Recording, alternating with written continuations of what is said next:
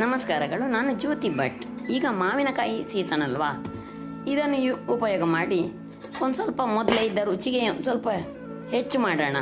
ನೋಡಿ, ಇದಕ್ಕೆ ಬೇಯಿಸಿದ ಅನ್ನ ಒಂದು 2 ಕಪ್ಪು, ಅರ್ಧ ಮಾವಿನಕಾಯಿ ತುರಿದದ್ದು, 3 ಚಮಚ ಎಣ್ಣೆ ಹಾಕಿಕೊಳ್ಳಿ.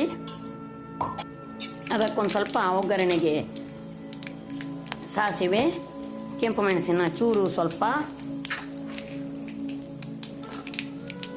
ಒಂದು ಹಿಡಿ ನೆಲಕಡಲೆ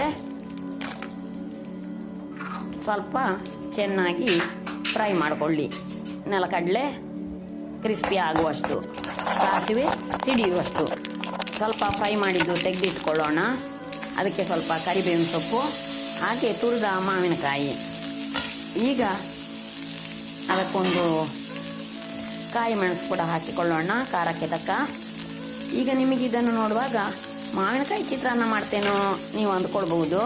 ಇದು ಮಾವಿನಕಾಯಿ ಚಿತ್ರಾನ್ನ ಅಲ್ಲ, ಇದು ಈಗ ನೋಡಿ ಇದರಲ್ಲಿರೋದು. ಈಗ ನೋಡಿ, ಇದು ಮಾವಿನಕಾಯಿ ಹಾಕಿ ಆಯಿತು, ಹಸಿಮೆಣಸು ಹಾಕಿ ಆಯಿತು. ಇದು ಚೆನ್ನಾಗಿ ಬಾಡಲಿ, ಹಸಿ ವಾಸನೆ ಹೋಗಲಿ, ಅಷ್ಟು ತನಕ ಸ್ವಲ್ಪ ಫ್ರೈ ಮಾಡಿಕೊಂಡ್ರೆ ಆಯಿತು. ಈಗ ನಾವು ನೆಕ್ಸ್ಟ್ ಸ್ವಲ್ಪ ಸಿಹಿ ಆಗುವಷ್ಟು 1 ಟೇಬಲ್ ಚಮಚ ಬೆಲ್ಲ ಹಾಕಿಕೊಳ್ಳೋಣ. ಈಗ ಬೆಲ್ಲ ಸ್ವಲ್ಪ ಕರಗುವಂತೆ ಚೂರು ನೀರು ಹಾಕಿ ಅದನ್ನು ಚೆನ್ನಾಗಿ ಗೊಜ್ಜು ಥರ ಮಾಡಿಕೊಳ್ಳೋಣ. ಈಗ ಉಪ್ಪು ಸ್ವಲ್ಪ ಸೇರಿಸ್ಕೊಳ್ಳೋಣ. ಇಷ್ಟೆಲ್ಲ ಆದಮೇಲೆ ಈಗ ನೋಡಿ, ಈಗ ಇರೋದು ನಾನು ಯೂಶಲಿ ಈ ಥರ ಮಾಡಿ ಅನ್ನ ಕಲಿಸ್ಬಿಟ್ರೆ ಮಾವಿನಕಾಯಿ ಚಿತ್ರಾನ್ನ ಆಯಿತು. ಆದರೆ ಈಗ ನಾನು ಇದಕ್ಕೆ ಒಂದು 3 ಚಮಚ ಪುಳಿಯೋಗರೆ ಪೌಡ್ರ್ ಹಾಕ್ತಾ ಇದ್ದೇನೆ. ಇದು ನನ್ನಲ್ಲಿ ಇದ್ದದ್ದು MTRನವರ ಪುಳಿಯೋಗರೆ ಪೌಡರ್ ಹಾಕಿ ಚೆನ್ನಾಗಿ ಮಿಕ್ಸ್ ಮಾಡ್ತು.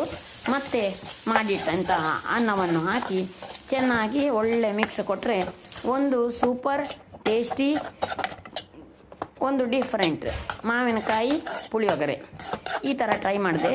ನನಗೆ ಬೆಳಿಗ್ಗೆ ಲಂಚ್ ಬಾಕ್ಸ್ಗೆ ತಗೊಂಡೋಗ್ಲಿಕ್ಕೆ, ಹಾಗೆ ಪುಳಿಯೋಗರೆ ಇಷ್ಟ ಇರುವ ಮಕ್ಕಳಿಗೆ ಈ ಥರ ಮಾವಿನಕಾಯಿ ಸೀಸನ್ನಲ್ಲಿ ಈ ಥರ ಮಾವಿನಕಾಯಿ ಪುಳಿಯೋಗರೆ ಮಾಡಿ ಒಂದು ಕೊಟ್ಟು ನೋಡಿ, ಚೆನ್ನಾಗಿರುತ್ತೆ. ಈಗ ಮೇಲಿಂದ ತೆಗೆದಿಟ್ಟುವಂಥ ನೆಲಕಡಲೆಯನ್ನು ಮೇಲಿಂದ ಹಾಕಿದೆ, ಅದು ಸ್ವಲ್ಪ ಕ್ರಿಸ್ಪಿ ಇರಲಿ ಅಂತ. ಈ ಈಸಿ ಸೂಪರ್ ಟ್ರೆಡಿಷನಲ್ ಪುಳಿಯೋಗರೆಗೆ ಮಾವಿನಕಾಯಿ ಹಾಕಿ ಮಾವಿನಕಾಯಿ ಪುಳಿಯೋಗರೆ ಮಾಡಿದ್ದೆ. ಹೇಗಿತ್ತು ಅಭಿಪ್ರಾಯ ತಿಳಿಸಿ.